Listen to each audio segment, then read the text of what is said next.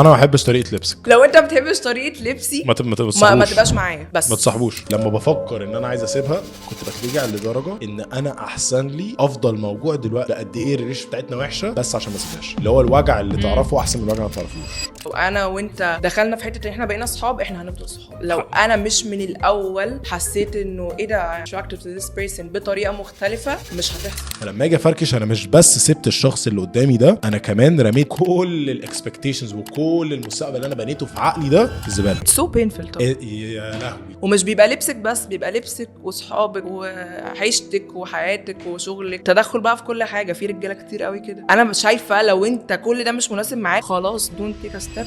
انا في حياتي صاحبت مرتين، مره منهم ما كناش صحاب ومره منهم كنا صحاب، وفي فرق مرعب. انترست. انا لما كنت في ريليشن شيب اي مره بنزل شوبينج اللي هو ايه، انا هجيب حاجه لنفسي بقى كده احس طب ما اجيب له حاجه. بس سو كيوت. على فكره انا لو هكتب كتاب كده هيبقى حاجه اللي هو ازاي تفركش صح، او حاجه اللي هو حاجه ليها علاقه بالفركشه. هو انت ازاي عمرك ما حكيت لي القصه دي؟ عشان كنت عايز احكيها، عشان كانت بالنسبه لي قصه مؤلمه، عشان انا كنت بني ادم غبي ماشي بالعربيه حد راكب اوبر كسر عليا، فرحت معدي جنبه من الشباك ورحت فاتح الشباك ورحت شتم.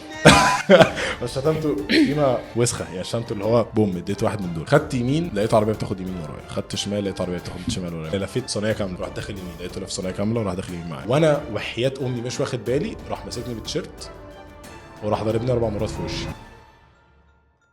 بقول لكم على حاجه ثانيه قبل ما اعرفش احنا بنقول ولا لا، بس انت عارفين دي اول مره في حياتي انا وميريم نعمل بودكاست لوحدنا. ايوه انا وميريم ار بيستيز يعني، ميريم اقرب واحده ليا. اول مره نعمل بودكاست لوحدنا. عملنا 2 بودكاست سو فار.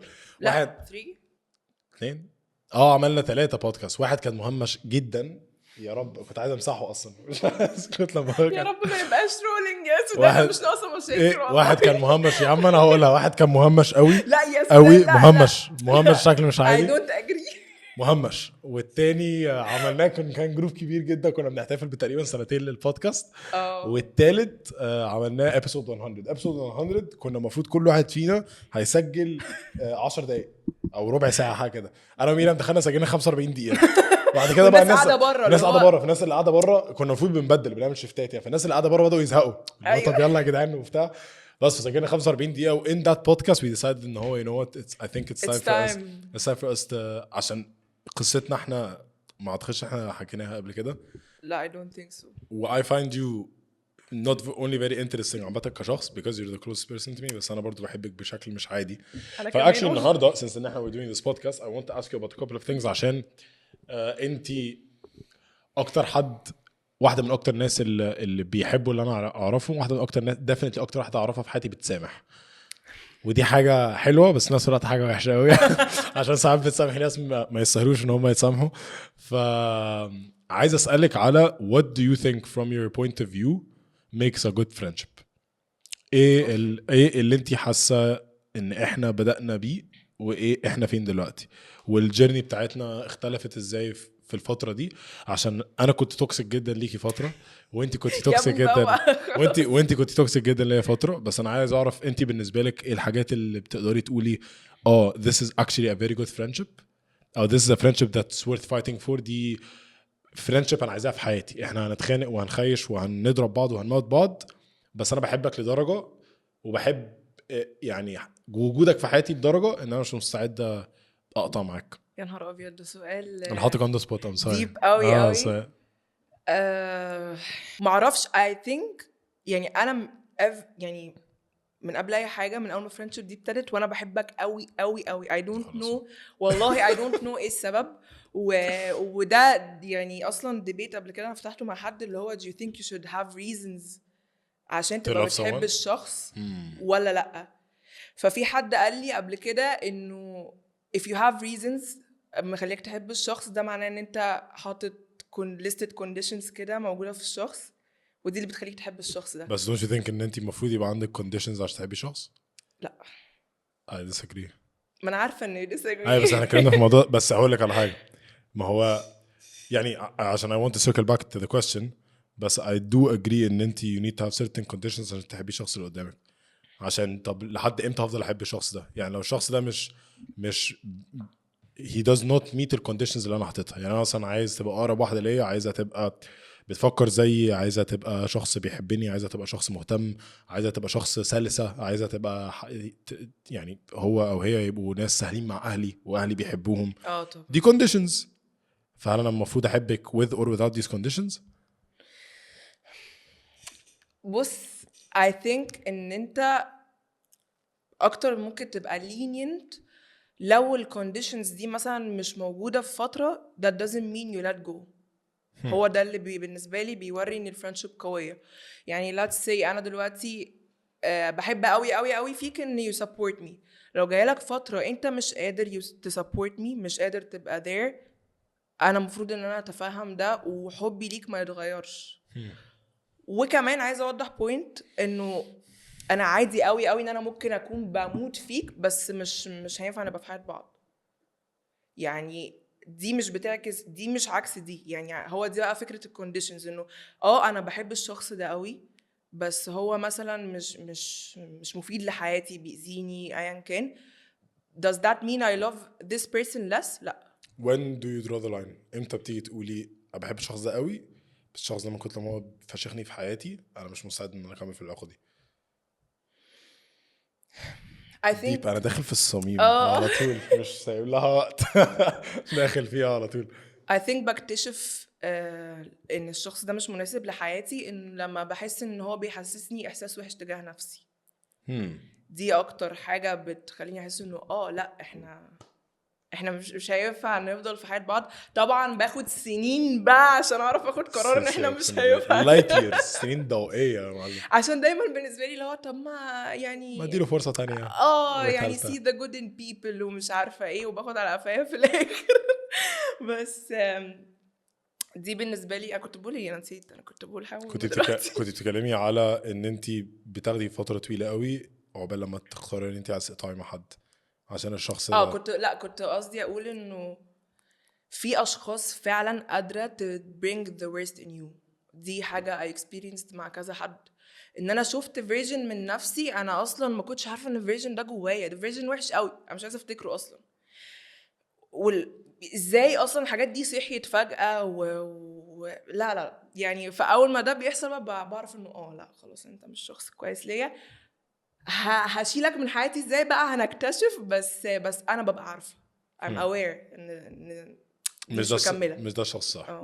So circling back بقى you view friendships ان ده شخص انا مستعد ان انا يبقى قريب مني، ده شخص انا فعلا بحبه. ايه الماتريكس اللي انت بتقيسي بيها الفريندشيب دي؟ عشان we've had our ups and downs. انا وانتي كنا كويسين قوي، خيشنا، كنا كويسين خالص، كنا هنقطع مع بعض. و I think we talked about this قبل كده في episode 100. كنت بكلم ان ميريام اول واحدة حسستني، انتي ليتي اول واحدة حسستني في حياتي ان انا في حد ممكن اقطع معاه ونرجع تاني صحاب. عشان انا كنت صح. دايما بالنسبه لي انا هقطع وكل سنه وانت طيبه وروحي بيتك بقى، اقعدي عند ابوكي، فاهمه؟ بس انتي اول حد في حياتي حسسني ان لا انا ممكن ابقى بحب حد قوي قوي قوي قوي لدرجه ان انا بعد لما اقرر ان انا هقطع مع الشخص ده اكتشف ان لا انا كنت غلطان فعايز ارجع تاني. صح. I think الحاجات اللي بتخليني متمسكه قوي بفريندشيب حاجات كتير قوي، منها ان انا اصلا ابقى حاسه ان احنا بينا mutual agreement كده انه we're sticking مهما حصل. طبعا كلمه كبيره قوي، بس انه انا ما احسش في يوم من الايام ان انا I'm feeling unsafe انه يا لهوي هو انا لو خيشت مع الشخص ده هيقول لي باي باي مش عايزه اعرفك تاني. دي مهمه قوي، فكره ان انا ابقى مطمنه. دي top of the list بالنسبه لي. حاجات طبعا تانية كتير زي support. يعني انت واحد من اكتر الناس اللي بتخليني I want to do more. you inspire me ان انا عايزه افضل اشتغل على نفسي وعايزه افضل اعمل حاجات ودايما بتعرف ان انت توريني انه في حاجه حلوه حتى وسط القرف. يعني اللي هو ممكن ابقى مثلا انا جايه وسط الشيتس جايه اللي هو انا عملت بروجكت مثلا ومش طايقه نفسي وكذا كذا كذا، فانت تقولي بس خلي بالك انت طلعتي ب1 2 3 4. ففكره ان يبقى عندك حد بينسباير ان انت to keep going دي يعني بجد I'm so lucky ان انا لقيتها في our friendship. me too. برضو فكرة انه احس ان الشخص اللي قدامي بيحبني من قلبه و you actually care about me. الحاجات دي كلها برضو بالنسبة لي مهمة جدا. وانت كمان يعني you meet my ultimate كنت عايزه اقول ايه you meet اكبر love language عندي في friendships او في relationships او في اي حاجه في حياتي هي acts of service. ايه ده بجد؟ your love language is act of service؟ yes. بجد؟ اكتشفت كده مؤخرا. عمري ما حسيت ان هي I know هي زمان كانت او انا كنت تعرفي تشرحي ال love languages عامة because I feel like probably a lot of people who are listening ماشي physical touch acts of service. basically love languages دي اللي هو اي حاجة يعني كلنا بنحب بطريقة وعايزين نتحب بطريقة. فانا ممكن احب ميريام بطريقه معينه. انا مثلا بحب قوي مثلا ان انا اجيب هدايا عشان انا بالنسبه لي بحب يتجاب لي هدايا. لما حد بيجيب لي هديه ده معناه ان هو بيفكر فيها, ده معناه ان هو بيحبني. فانا لو جبت لميريام هديه ده معناه ان انا بحبها. بس ميريام اللوف لانجويج بتاعها acts of service, ان انا اساعدها في حاجه, فهي متسوحه في بروجكت انا هساعدها فيه, ده كده معناه ان انا بحبها. so دي عامه فكره so yours is acts of service. هي كانت ايه acts of service و acts of service, gifts, gift giving, physical touch, words of affirmation. دي اللي هو انا بحبك وكلام بس مفيش اسهل منه بصراحه. مش عارفه الناس الكلام رخيص موت. انا عمري في حياتي ما بفهم الناس. انت عارفه ان جرح كده جرحي words of affirmation دي اللي هو انت لازم تقول له انا بحبك انا بحبك انا بحبك عشان يصدقك. انا بالنسبه لي انت لو قلت لي انا بحبك من هنا لبكره عمري ما هصدقك. ايوه انت متعب برضه في الحوار شيتي تراست ايشوز في الموضوع ده. وكان في واحده كمان اظن مش فاكر كانت ايه. كانت I think acts of service, words of affirmation, gift giving, physical touch. كانت فعلا في واحده 5. حد عارف؟ لا ما اعرفش. حاسس ان هم مسحولين. لا بس مش حاسس ان انا فاكر يعني either way. انا كان بالنسبه لي دايما ال acts of service was a very interesting one. عشان انا ما بحبش حد يساعدني عشان بحس ان الشخص ده هيمسك على اي حاجه. انت عارفه انا دايما عندي الحوار ده. I know على فكره انا كمان كنت كده او ما زلت somehow كده. فانا عشان كده بالنسبه لي ان انت تعملي حاجه دي حاجه كبيره قوي. يعني انا مش من بعيد كنت في يوم بعمل حاجه ومستعجله قوي وانا بجد almost never I ask for anything في بيتي. فقلت لماما ما انا تعبانه ومش عارفه ايه بعمل كذا كذا بس محتاجه اعمل كوبايه شاي بلبن قبل ما انزل عشان مش عارفه ايه. فطلعت من الاوضه لقيتها عامله لي كوبايه الشاي بلبن. بص هي تبان حاجه صغيره بس والله انا اتأثرت قوي. اللي هو انت شكرا ان انت حسيتي بيا وعملتيها لي من غير ما انا اسال. الموضوع بالنسبه لي فعلا كبير. I think we lack that. حاسس ان احنا دايما بنحب يعني دايما بنبقى عايزين نحب الناس بطريقتنا احنا عن طريقتهم هم. و I feel like communication fixes that. طبعا.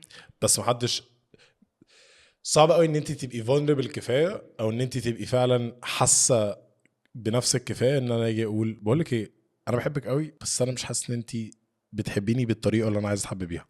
صح. الجمله دي لما بتتقال بتحل حاجات كتير قوي بس حاسس ان صعب قوي ان هي تتقال. بتبقى دايما بتتقال باحراج مع ان لما ما بتتقالش باحراج العلاقه بتبوظ. صح. انت عارف ان دي كانت من اكبر المشاكل عندي في حد من صحابي القريبين. و I think once احنا فعلا توصلنا لان هو دي مشكله افتكرت 5 quality time دي جحده. فهو دي الشخص ده كانت اللوف لانجويج quality time وانا quality time مهم بالنسبه لي. quality time اللي هو basically ان احنا نقعد مع بعض اكتر. وانا لو ما حصلش بالنسبه لي يعني معلش مش ازمه عادي نتكلم في التليفون هنتكست وات ايفر. الشخص ده بالنسبه له لا هو quality time. لو فيش quality time انا مش واصل لي حب اصلا. وانا بالنسبه لي acts of service. فانا كنت دايما بعمل acts of service عشان انا بحب acts of service ومش واخده بالي ان الشخص ده مش فارق مع acts of service خالص. فارق معاه اكتر ان انا بس اقعد اجيب كوبايه شاي معاه ونقعد نتكلم. لما وصلت بقى لده فهمت انه اوكي فاهمك. ولما ابتديت ان انا فعلا اخد actions towards quality time ساعتها الفرنشيب بتاعتنا اتصلحت. بقول لك ايه كنت بقرا حاجه من قريب وعلمت معايا فشخ. كنت اكشلي بسمع بودكاست خطير اسمه دايري اوف سي او. وكان الراجل بيتكلم ان احنا كتير قوي من الوقت بنتعامل مع الرومانتيك ريليشنشيبس بتاعتنا في حياتنا ان هي ريليشنشيب بس مش ان هي فريندشيب. فلو كان بيتكلم فيه ان رومانتيك ريليشنشيبس مش المفروض تبقى علاقه يعني مختلفه جدا جدا جدا. هي انتوا الاثنين صحاب بس في رومانتسيزم في الموضوع او في ايروتيك ارياز في الموضوع. فان انتوا الاثنين صحاب بس you're also attracted to each other physically and you're also attracted to each other emotionally and that clicked موت. عشان انا في حياتي انت عارفه الحوار ده، انا في حياتي صاحبت مرتين، مره منهم ما كناش صحاب ومره منهم كنا صحاب، وفي فرق مرعب مرعب. عشان المره اللي احنا ما كناش صحاب فيها انا كنت حاسس ان انا مصاحب حد انا فعلا بحبه كشخصيه، انا كنت مصاحبه عشان او انا كنت صاحبها عشان هي كبني كفكره بالظبط، اللي هو you're very interesting فاهمه. ف I like that it's والله العظيم it's attractive.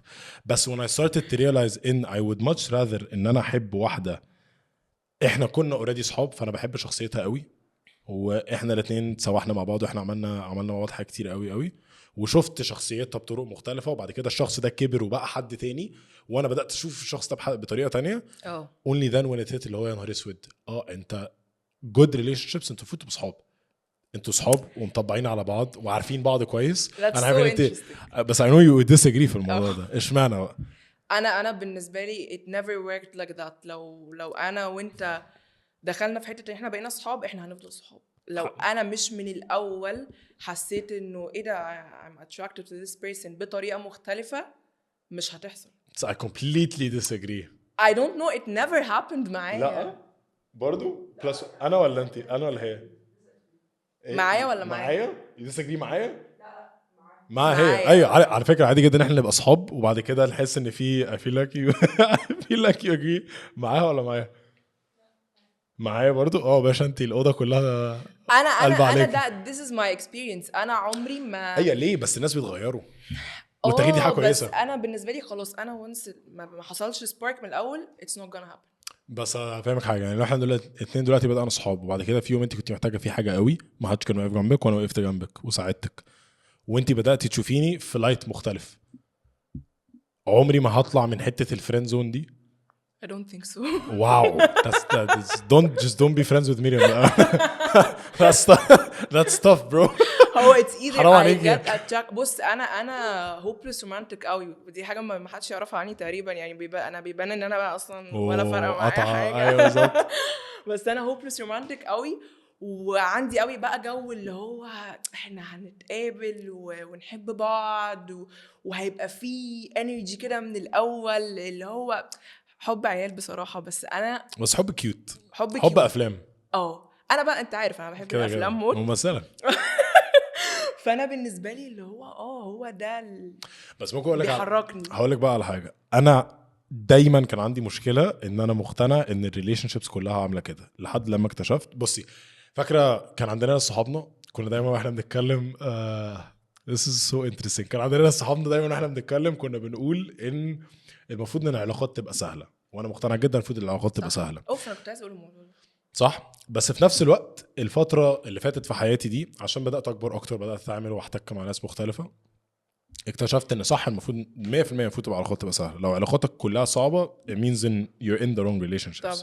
بس at the same time relationships require effort. وانا ما اعتقدش احنا بنتكلم في الموضوع ده كفايه. نحس احنا كلنا مقتنعين ان العلاقه دي هتبقى سهله، حتى على فكره even if it's a friendship ان الموضوع سهل من الاول. انتوا بتبقوا اصحاب لايف از جود، الموضوع بسيط مفيش اي مشاكل ايزي. الموضوع صعب فشخ. ده relationships ولا friendships؟ I think for the most part relationships. يعني friendships الموضوع بيبقى اقل شويه عشان انتوا صحاب فانتوا مفيش حتى expectations من بعض. بس وانتوا الاثنين مع بعض وبتقولوا انتوا بتحبوا بعض وعايزين قدام تتجوزوا عايزين 100% it requires a lot of effort. بس احنا ما بنتكلمش على effort. بس I feel like friendships require effort طبعا برضه. I agree. Yeah. بس to an extent. بس relationships the fact that there are expectations I think ده دايما كان عندي مشكلة مع expectations اللي هو هل أنا المفروض expect حاجة منك؟ طبعا. بس برضو لا عشان أنا عارف إن expectations دي لما you don't meet يعني لو أنا مقتنع إن أنتي المفروض تديني حاجة معينة أنتي ما اديتنيش الحاجة دي هتضايق منك. ما أنت ما تأفرش برضو في مش هأفر كده بس الاكسبكتيشن بتاعتي لو يا عم أنتي أنا مثلا كنت احتاجك في يوم وكلمتك وانتي كنتش كويسه فاهمه؟ ايوه بس يعني ده ABC. يعني لو انت كلمتني وانا مش كويسه اكيد هتبقى there for me. صح. if you're not there for me we have a problem. بس الاكسبكتيشن اوف ان انا دايما عايزك تبقي موجوده لي 24 ساعه ده اكسبكتيشن بروبلي هيفشخنا احنا الاثنين. فاهمه؟ طبعا بيبقى ويرد ده ويد يفشخ اي امتى بقى relationship بنشد سطر friendship. ونقول بالظبط امتى بقى بنشد سطر ونقول صح ان انت تكسبكت من شخص اللي انت بتحبه حاجه او غلط ان انت تكسبكت؟ ده سؤال دايما محيرني فشخ. دي اكتر حاجه بفكر فيها. عشان انا اللحظه اللي انا بطلت اكسبكت فيها حاجه من حد حياتي اتشقلبت، بقيت مبسوط اكتر، بقيت عشان انا بحب الكنترول قوي بحب ابقى I'm controlling the environment around me والكونتكست بتاعي، عشان دي اكتر حاجه بتبسطني. فانا عارف ان انا لو متضايق النهارده ممكن اروح اتمرن هتبسط اكتر. صح. لو اتمرنت وما اتبسطتش هحاول اشتغل على حاجه ما اتبسطتش، اشوف واحده بحبها واحد بحبه وما اتبسطتش، خلاص يبقى انا النهارده مش يومي، اخش انام واصحى يوم والله بكره يوم جديد. I can control things.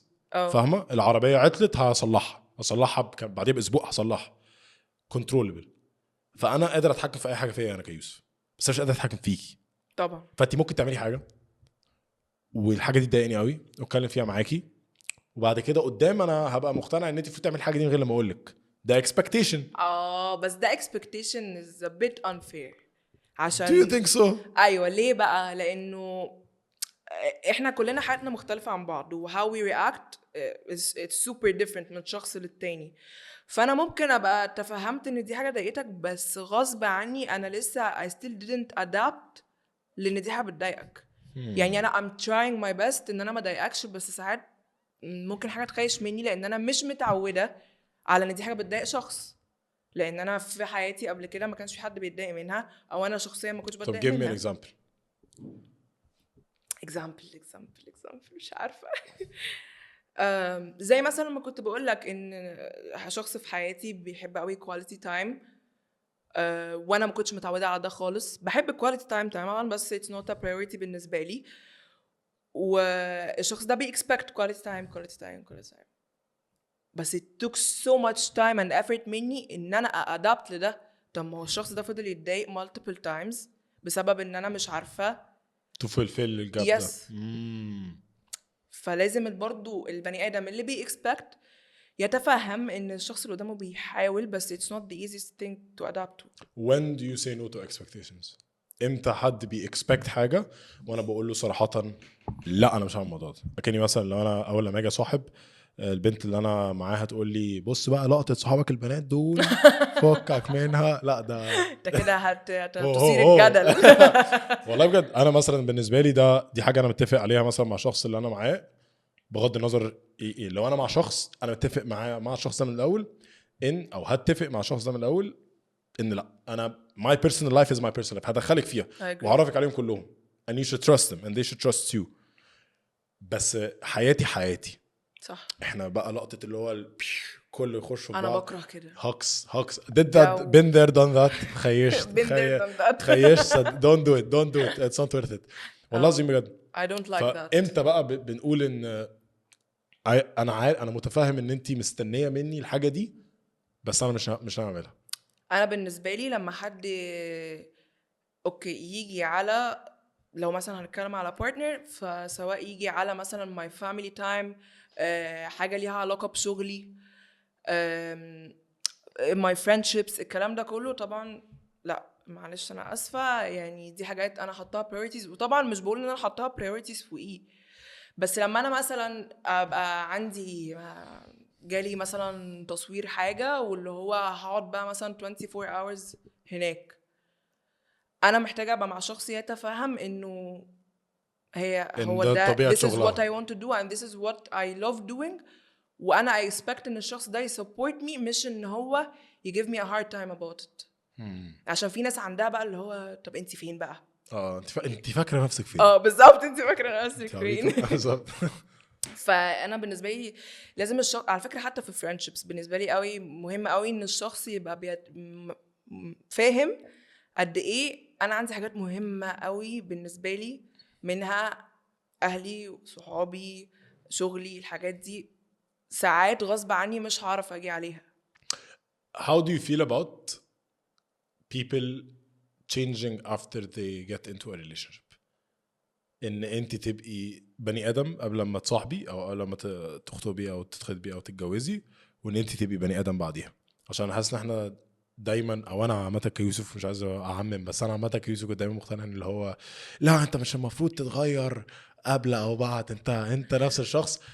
لحد لما اكتشفت ان برضو الكلام ده كان طلع بالنسبه لي انا بيرسونلي بلح، اللي هو لا في حاجات كده كده لو انت اتغيرت جذريا ده معناه ان انت اصلا ما كنتش بني ادم موزون من الاول، او ده معناه ان الشخص اللي انت معاه ضغط عليك لدرجه وانت مش عايز تسيبه ان انت خلاص انا هعملها. بس انا دلوقتي مقتنع ان لا بالعكس، انت المفروض في حاجات هتتغير definitely في حاجات هتتغير بالظبط، وفي حاجات تتغير للاحسن، في حاجات تتغير للاوحش، بس في حاجات تتغير للاحسن. انا شايفه ان احنا constantly بنتغير، يعني طبيعي قوي ان انت لما تخش في فيز جديده في حياتك طول حياتك سنجل ومش مع حد، لما تبقى مع حد لا في حاجات هتتغير، في حاجات هتحط فيها باوندريز، في حاجات هتبقى بتعملها اكتر، في حاجات هتبقى بتعملها اقل، في حاجات هتضطر تيجي على نفسك فيها عشان الشخص اللي انت معاه. كل ده طبيعي، ما هو انت في بني ادم that deserves and rightfully so ان هو يتقدم له حاجات معينه، انت وافقت على ده، فطبيعي قوي ان انت في حاجات تتغير. اللي انا ضده اللي هو التغيير الجذري بقى، الجذري بالظبط، اللي هو بقى مثلا لا سي انا واحده مثلا عمري ما كنت بقول كلمه وحشه في حياتي، صاحبت واحد بيشتم فبقيت بقى اللي هو بقيتي بتودي ده التغيير ده بيقفلني من الناس بصراحه. بحس انه ليه يعني انت تقدر تبقى نفسك بس بيطبقوا على بعض، بيطبقوا على بعض بس حاسه ان البني ادم بينه وبين نفسه المفروض كده يبقى حاطط باوندري لنفسه، حتى لو الحاجه اللي اتغير فيها دي مش حاجه وحشه، بس ممكن تبقى حاجه هي مش مناسبه بالنسبه له، بس هو بيورلي بيعملها عشان الشخص اللي معاه.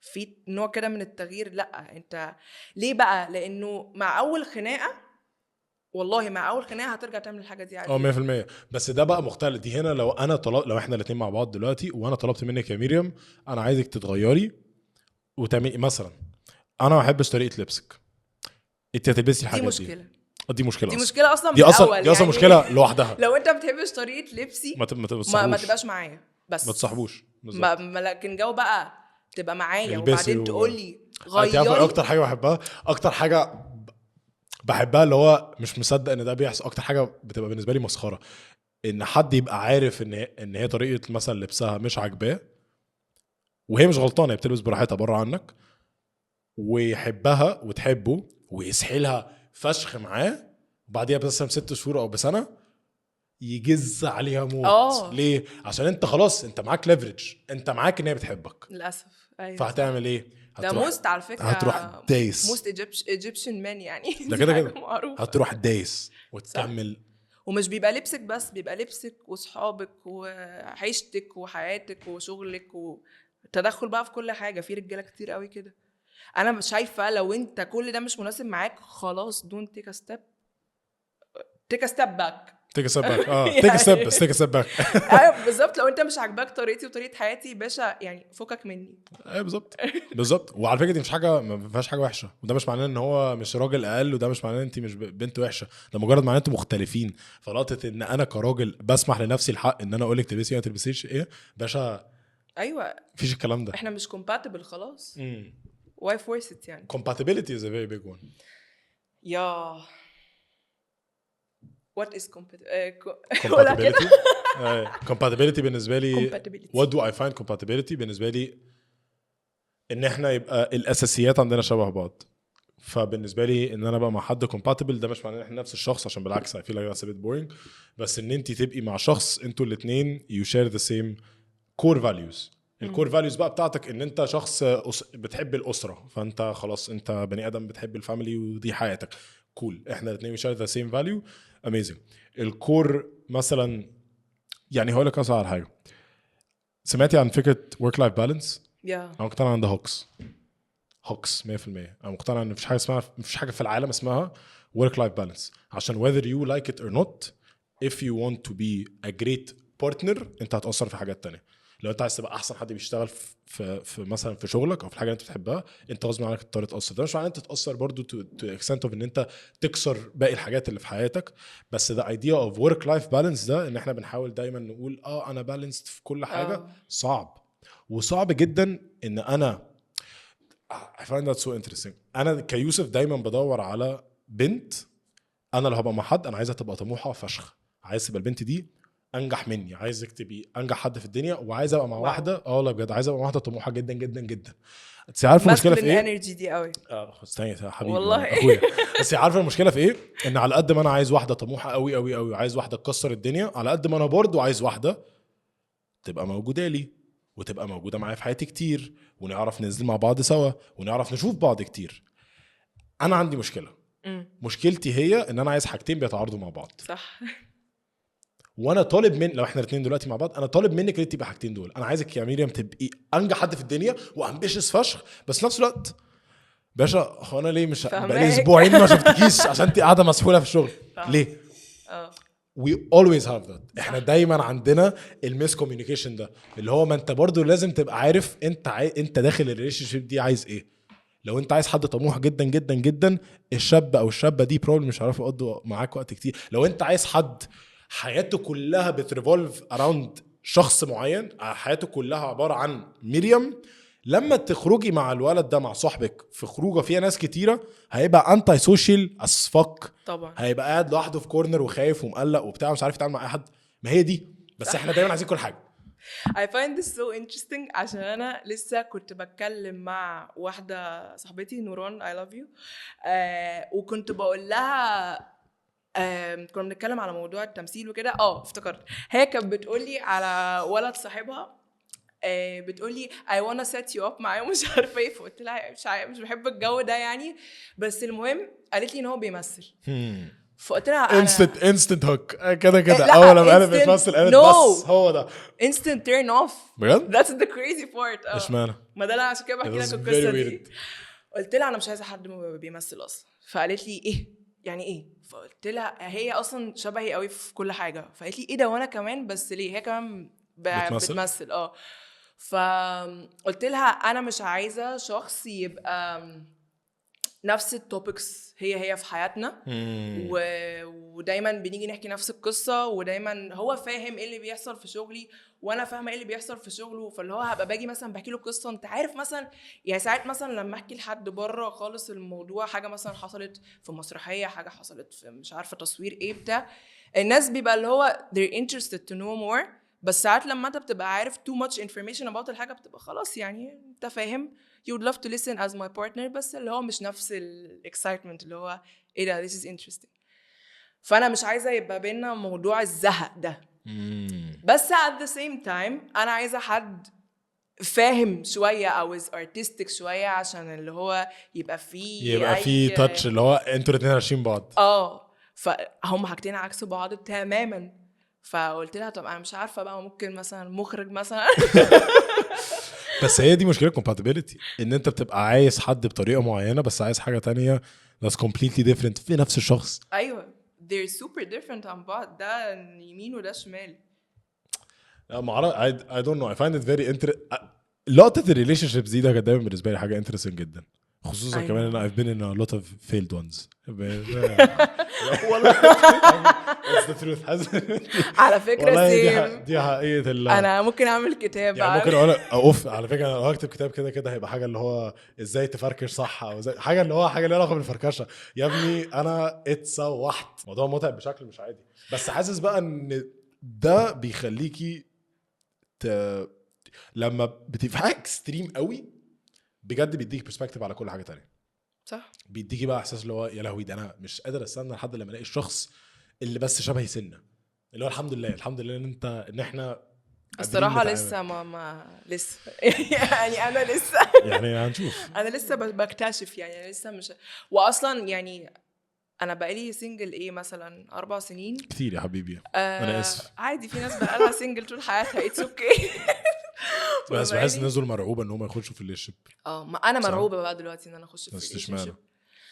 اتعودت قوي على ان انا لوحدي واللي هو بتصرف لوحدي وما في ما حاسه ما فيش السبيس ده اصلا في حياتي. انا محتاج اقول لك بقى، انا محتاج اسالك سؤال. انت بقى كشخص دلوقتي بقى له سنجل 4 سنين وقبليها كنت مصاحبه وقعدتي فتره مصاحبه، which do you feel like is better؟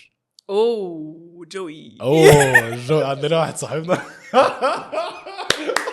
ماشي شاطر اوت لخالد محفوظ. خالد واحد صاحبنا احنا عمرنا ما قلنا خالد واحد صاحبنا كل مره بشوفه بيقول لي اوه جوي كل مره. فانا وميريام we have this running joke ان احنا اي مره بنشوف فيها بعض في اي حته او اي مثلا مره حد يقول حاجه ونتخض اللي هو اوه جوي مع بعض في نفس الوقت. لودز خارج episode 66 so probably I'm going to get him back on the podcast soon ان شاء الله. I love you Lodzi. I love Lodz. بس بقول لك انت بقى بالنسبه لك since you've been single for a while now بقالك single 4 سنين وقبليها كنت في ريليشن كانت ريليشن تقيله قوي very intense. حاسه اني احسن انت تبقي سنجل انت تبقي في ريليشن كبنت عشان بعد كده هقول لك كولد؟ مش عارفه اقول دي احسن ودي اوحش. يعني دي ليها مميزات وعيوب ودي ليها مميزات وعيوب. زي ايه مثلا؟ زي مثلا انا دلوقتي كل قراراتي بيورلي من دماغي ودي كارثه اساسا بغض النظر يعني. بس انا فعلا او اي حاجه بيت بوب في دماغي بعملها. I don't hesitate. مفيش موضوع ان انا عامله حساب للشخص اللي معايا. يعني انا لو صحيت من النوم حسيت ان انا عايزه الم شنطه هدومي وهج لو اهلي موافقين يعني مش هضطر ان انا اروح اتكلم مع واحد واقول له معلش ما تزعلش ان انا معلش يا حبيبي حقك عليا. فكل حاجه فعلا انا ما عنديش اي حاجه مأيداني خالص. وطبعا هو مش موضوع التأييد دي حاجه وحشه عادي. انت once زي ما كنا لسه بنقول once you're committed في حاجه بتتغير في حياتك. فالحاجات اللي بتتغير في حياتك دي مش موجوده خالص دلوقتي. It's giving me more space to explore واعمل حاجات اكتر. ما اعرفش. on the other hand بقى on the other hand لما بتبقى مع شخص بقى بيبقى فيه حاجات بقى اللي هي someone you can always rely on. دايما عارف ان انت هتروح البيت تكلم الشخص ده يبقى موجود ان هو يسمع عن يومك. حد بيبروفايد كير ولوف والحاجات دي كلها طبعا حاجات تحفة يعني. فاهم في حاجات حلوة هنا وحاجات حلوة هنا. مش هقدر اقول دي بيورلي احلى او دي بيورلي احلى. I agree. ما اعتقدش ان في واحدة احلى من التانية على قد ما في واحدة على قد ما هي مراحل بالزبط. بس حاسس ان because I've been single برضو for a while it changes and it changes you. بس then again يعني واحدة من الحاجات اللي انا كنت خايف منها ان انا لو if I ever get into a relationship او بقيت مع حد ان انا مش هبقى مركز على نفسي اكتر لحد ما اكتشفت ان كنت بص على الموضوع غلط. انت لو ما حد الصح انت هو هيغصب عليك انت تركز على نفسك. بس غصب عنك دايما كده هتبقى مصر big part of your attention and care. يعني انا فاكره ان انا لما كنت في relationship كنت اي مره بنزل شوبينج اللي هو ايه انا هجيب حاجه لنفسي بقى احس طب ما اجيب له هو حاجه. خلاص بس سو كيوت. هو انا دماغي بتشتغل كده اللي هو انا هجيب الحاجه دي فعايزه اجيب له هو كمان منها. فاهم كده يعني؟ ايوه بس فتحس انك بتقسم الاتنشن بينك وبين الشخص التاني بدل ما بيبقى بيورلي عليك. كنت لازم نتكلم مع ضفراوي لتلي من 4 ساعات وكان قال حاجه مش حاسس ان احنا بنتاتش اون خالص. قال ان احنا كلنا بنخش ريليشنشيبس واحنا ما نعرفش ازاي نحب نفسنا. فوانت ما تحبش نفسك ومتخيل ان انت تخش في ريليشنشيب تعرف تحب حد تعمل كده ازاي؟ صح. How do you feel about that? I totally agree. Because I completely agree من زمان وانا كمان لقطة ان انت تبقى ما تعرفش اصلا ازاي تحب نفسك او ازاي تبروفايد the love and care and support والكلام الحلو قوي ده ليك وانت فاكر ان انت هتعرف تسبورت ده لحد تاني. مستحيل. عشان انت كمان مش بس كده انت consistently تبقى مستني اللوف والكير والفاليديشن من الشخص. ما بص انا لو سوبر وومن انا عمري ما هعرف اديلك لوف كير اند فاليديشن 24 ساعة واللي هو يكفي ليا وليك. يعني there's no way ما ينفعش ان انت تعتمد على شخص هو اللي يديلك الحاجات دي completely. لازم يبقى في بارت جاي منك بينك وبين نفسك. بلس الشخص اصلا اللي ما بيحبش نفسه للاسف بيستراجل قوي ان هو يقعد لوحده. دي برضو كارثه. يعني انا personally ما اقدرش ابقى مع شخص كده عشان بالنسبه لي اللي هو لا فكره الوقت بتاعي دي مهمه قوي قوي قوي. وانت كمان I expect ان انت يبقى عندك الوقت بتاعك وبنتقابل في النص. بس ان الاثنين زي ما انت كنت بتقول سايحين على بعض بتبوظ الدنيا موت. بالظبط. وكمان لو انت ده بس مش عارفة بصراحة doesn't apply to all cases ساعات، بس ساعات كتير قوي عشان انت لما بتحبش نفسك بيبقى السلف توك بتاعك سيء، ساعات ده بيرفلكت على الشخص اللي انت معاه. بتبروجكت مش projection، يعني مثلا انا لا تسي مثلا عملت حاجة حلوة موت وهي بس هي مش حاجة اللي هو فجرة، عشان انا بيني وبين نفسي ما بديش الفاليديشن ده لنفسي، ما بقولش لنفسي برافو على الحاجات الصغيره. لما انت تيجي وتقولي على حاجه هي مش اكبر حاجه في الدنيا بروبلي برضو مش هقول لك برافو، فاهم؟ هبقى اللي هو اوكي حلو، فاهم كده؟ فاهم. فدي بتأثر قوي عشان احنا بنحتاج ان الشخص اللي يبقى معانا يبقى بيزقنا. انت عارفه ان دي واحده من الحاجات اللي انا لاحظتها when the relationship I had قبل كده. انا كنت وحش قوي، احنا كده في الموضوع ده I was shitty I was terrible، كنت خارع يعني. وهي برضو ما يعني احنا الاثنين كنا وحشين مع بعض. بس واحده من الحاجات اللي اكتشفتها ساعتها ان the pain of leaving her was so much worse than the pain I was already feeling. يعني ايه؟ يعني انا كنت لما بفكر ان انا عايز اسيبها كنت بتوجع لدرجه ان انا احسن لي افضل موجوع دلوقتي بقد ايه الريش بتاعتنا وحشه بس عشان ما اسيبهاش. اللي هو الوجع اللي تعرفه احسن من الوجع اللي ما تعرفوش. فاهمه. فاهمه. انت عارف ان انا يعني انا بس حاسس ان انا قعدت كده سنه. I know I feel you. قعدت كده سنه ونص اللي هو احنا مش نافعين. I know. بس انا من كتر لما انا مش قادر اتخيل حياتي هيبقى شكلها عامل ازاي من غير الشخص ده انا مش عايز اسيبها. مع ان الوجع ان انا اسيبها كده شده فيك، بس بعديها بتبدا تتحسن. واحده برضو من الحاجات التانية اللي we don't realize ان احنا ما بنفركش. this is all بقى realization. لو انا كل ده انا mind vomit معاكي عشان لسه مكتشف الموضوع ده من قريب برضو. انت لما بتفركشي انت الوجع مش بس عشان انت كنت بتحبي الشخص والشخص ده انت بعد كده سبتيه. انت لما بتفركشي الوجع برضو، او انت لما تفركش الوجع برضو عشان انت كنت باني حياه كامله مع الشخص ده. انت باني حياه في دماغك. طبعا. انا مستقبلي مبني مع الشخص ده. احنا هنسافر وهنروح وهنيجي وهنعمل كذا وهنشوف صحابنا وهنبني أسرة وهنعيش في نفس البيت. انا باني مستقبل كامل مع البنت دي. فلما اجي افركش انا مش بس سبت الشخص اللي قدامي ده، انا كمان رميت كل الاكسبكتيشنز وكل المستقبل اللي انا بنيته في عقلي ده في الزبالة. صح. فبتكتشفي ان هو يا نهار اسود it's so painful طبعا. يا لهوي. على فكرة بحس ان الناس اللي هي ما حبتش يعني من قلبها قبل كده they don't realize how painful it is. او بيقللوا منها. يا بنتي انت عارفة ان في ريسيرش اتعمل بيقولك ان the feelings you get when you fall in love with someone is the same feelings, it has the same chemical effect on your mind on your brain زي cocaine addicts. يا لهوي. It's literally the same. والله العظيم نفس يعني احنا كنا والله العظيم مش بهزر. كنا عملنا withdrawal. عارفة اقسم بالله عشان كده بعد لما بتفركشي بتحسي ان انت بتهرشي. انا محتاج اكلم الشخص ده. صح. مش عارف مش ما هتجنن. ممكن اقول لك حاجه مجنونه. انت عارف ان I did not feel pain تقريبا لحد او I thought I did not feel pain لحد مثلا 17 سنه. مش I did not feel pain. let me rephrase. انا ما كنتش مستوعبه ان انا عندي feelings اصلا لحد 17 سنه. ايه اللي حصل انت عندك 17 سنه؟ ما اعرفش. it was a turning point. بجد it was a turning point. I think ان انا somehow I learned in it's okay to have feelings. انا ما كنتش عارفه ان ده اوكي. دايما كنت من وانا صغيره خدت بقى لقطه اللي هو انا الجامده، انا اللي عايزه مفيش حاجه بتهمني.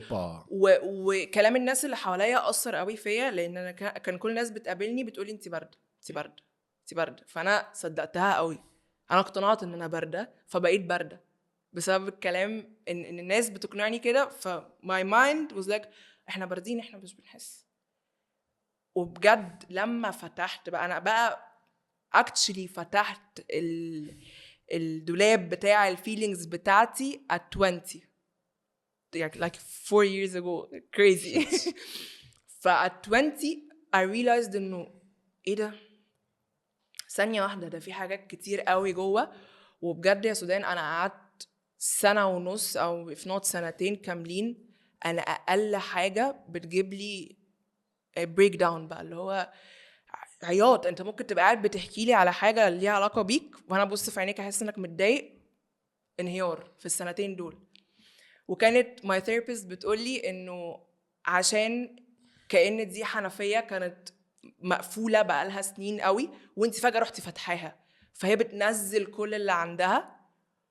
وصدقيني قالت لي كده trust me ان هي بعد ما تخلص تنزيل كل اللي عندها هتبتدي تنزل بالاماونت الطبيعي.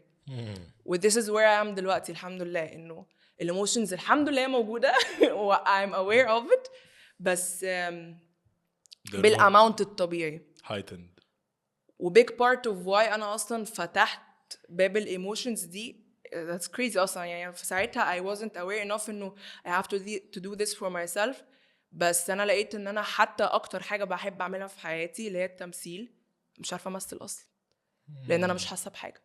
باخد اللاينز واللي هو بتحفظي كده يعني اللي هو I'm not feeling it. وده ABC يعني ده اهم حاجه اصلا. عيد ميلاد ميريام كمان 5 ايام probably. Yeah I صح؟ think يوم لارا ميريام يوم الخميس الجاي. عيد ميلادك 4/4 Yeah 25 24 يا عم لا اله الا الله 25 24 24 تم 24 سنة. That's crazy. I know. How do you feel about that? عشان انا حاسس كنت اتكلم معاك في الموضوع ده وانا صغير كنت فاكر ان الشاب اللي عنده 24 سنة ده هو ده. ما اعرفش ليه كان هو ده السن يعني السن اللي هو 24 ده الشخص اللي عارف كل حاجة. ده اللي هو انا عندي 24 سنة انا هبقى بعمل فلوس كتير فشخ واللي هو هبقى يا حبيبي هبقى عارف انا مين فاهمة. That's so funny. ولا تم 24 سنة بعديكي بشهر برضه عادي جدا. تم 24 سنة كمان شهر ما اعرفش اي حد ما اعرفش اي حاجة ما اعرفش انا مين مش متأكد من اي حاجة. الموضوع مرعب بصراحة خصوصا انا عارف انت بتخرجي بقالك سنتين انا هتخرج السمستر ده فالموضوع برضو مخليني اكزيستنشال طبعا. لا دي ترانزيشنال فيز بنت لذينه حوار التخرج ده. انا فاكره وانا بتخرج من الجامعه كنت بهرش اللي هو لا مستحيل جامعتي مش عايزه امشي وعيطت يوم الجراديويشن وكده. عيطتي في سيرموني؟ ايه عيطتي في سيرموني طبعا بجد؟ يا نهار ابيض عياط طبعا. وما بجد ما كنتش عايزه امشي لدرجه ان انا قعدت سنه ونص ايه. حصل قعدت سنه ونص بشوفها في الجامعه اللي هو انت مش اتخرجتي. وساعتها اصلا كنت انا وهي اولموست قاطعين فاللي هو تبقى بتضايق لما اشوفها اللي هو احس انا جايه لك بتروحي بقى تمثلي وتعملي بس بعرفش بحسس ان هي ترانزيشنال فيز مريبه شويه. يعني انا مش خايف على قد ما انا متحمس بس في نفس الوقت عندي كده احساس ان انا بصي انا بحس ان احنا دايما بنتعامل مع حياتنا معامله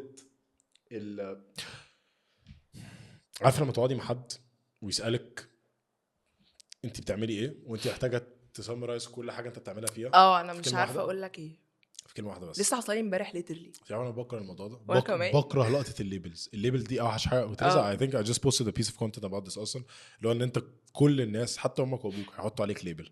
انت ممثل انت مغني انت كونتنت كريتور انت اكاونتنت انت محمود السيد بتلعب سكواش فاهم قصدي. انت ده بس انت ده مفيش اي حاجه تانية. I agree. ولما بتحط الليبل عليكي yes it makes you feel more understood but at the same time it limits you 100%. ايوه انا عندي مشكله كبيره قوي في الموضوع ده عشان انا مقتنع ان انا مش انا حتى لو انا حاجه دلوقتي حاجه واحده بس دلوقتي انا مش عايز ابقى حاجه واحده بس قدام عشان ما هو انا كمان. يعني انت اقرب واحده ليا وانا اقرب واحد ليكي بس في نفس الوقت ما هو انا برضه مين قال لك في حد اقرب مني؟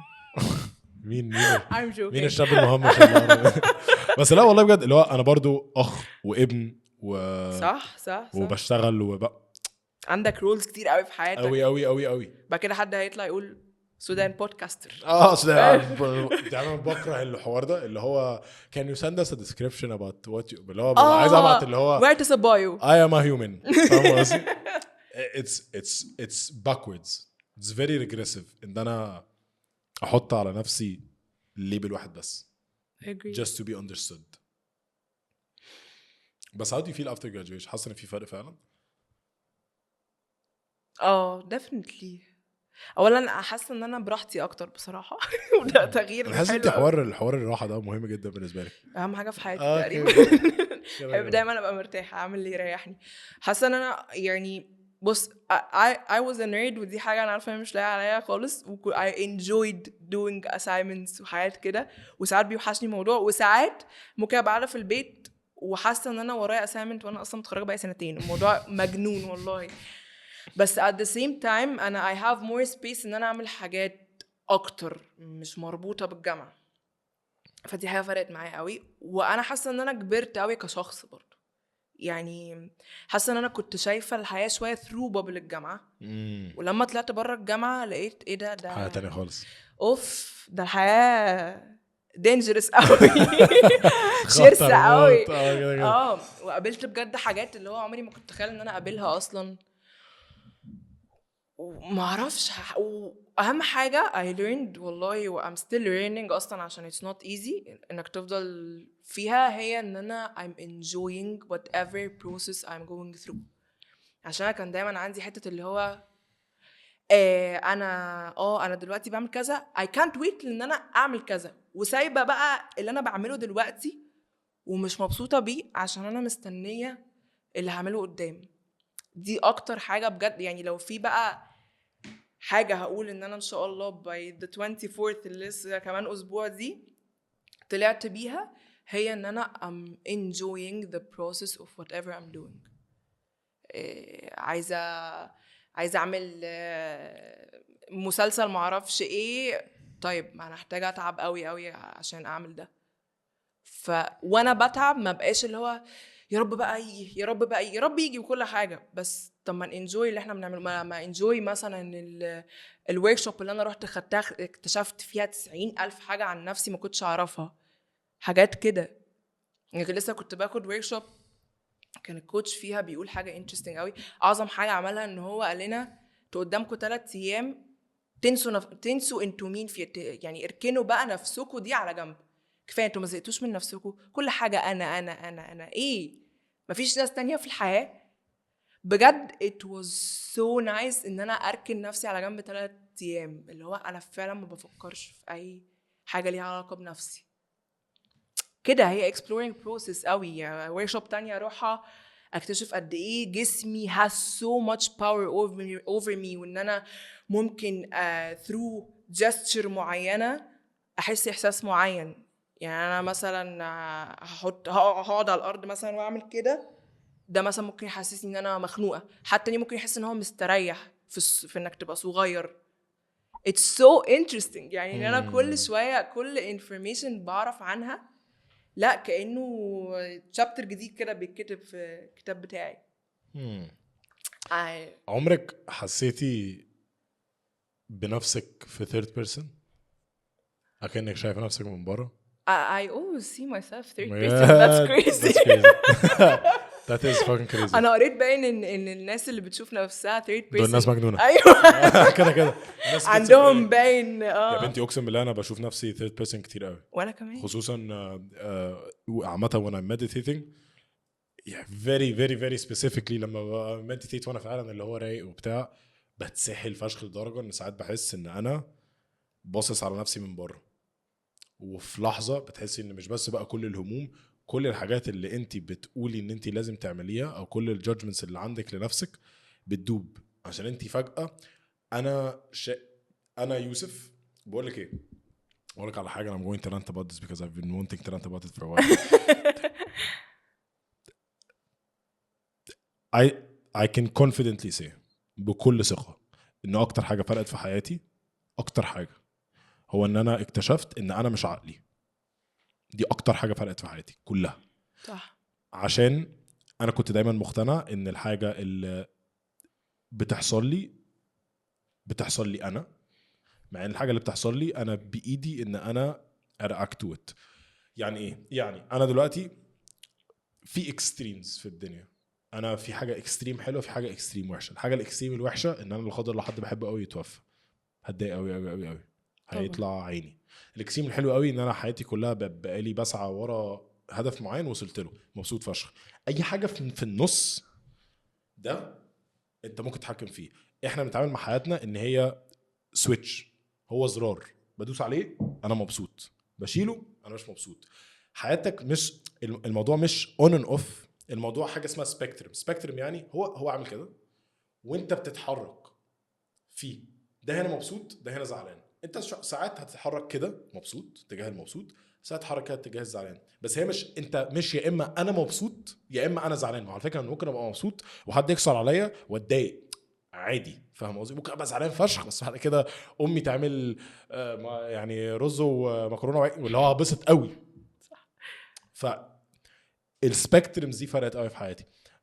احنا مش هنعرف نتحكم في اللي هيحصل لنا، بس انت تعرف تتحكم في انت ازاي هتتعامل مع اللي هيحصل لك. your emotional response is your responsibility. دي اكتر حاجه فرقت معايا. لما بقول لك ان انا عملت السويتش ما بين ان انا ما اعرفش بصراحه، والله انا حاسس ان انا محتاج اشوف ثيرابيست بجد عشان الموضوع ده، عشان حاسس ان ده disassociation مرعب. بس انا مش مقتنع ان انا عقلي، انا مقتنع ان في عقل وفي انا.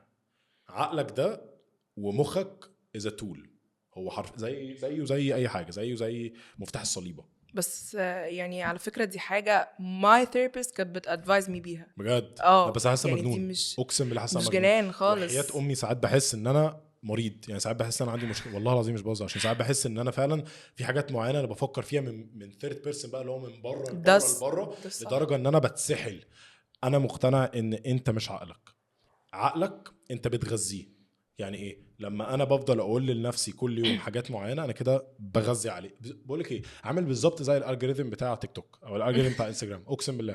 صح. كل ما تفضلي تشوفي، انا مثلا انا دلوقتي اتفرجت على حاجه مريم عجبتني فشخ، اي دبل تابت، خلاص قلبت اتفرجت على حاجه محمود عجبتني فشخ، اي دبل تابت. الالجوريثم بعد كده قدامي يقول لك ايه ده، بقول لك ايه، الواد ده بيحب مريم هحط له حاجه مريم، صح. بيحب محمود هحط له حاجه محمود. عقلك ليترلي كده، بس اقوى بكتير قوي واسرع بكتير قوي واذكى بكتير قوي. انت لو بصيت على حاجه كده وانت معدي او لقطها خلاص فانت بتغذي عقلك، وكل ما بتغذي عقلك بحاجه معينه كل لما انت كبني ادم بتبدا تتكون، والايموشنال ريسبونسز بتاعتك بتبقى بيست على الموضوع ده. طب فلما تعمل الديس اسوشيشن ده، ان خلاص الفكره اللي جايه لي دي فكره، ده زي ما انا دراعي مسؤول ان هو يحرك الحاجه، عقلي مسؤول ان هو يطلع لي افكار.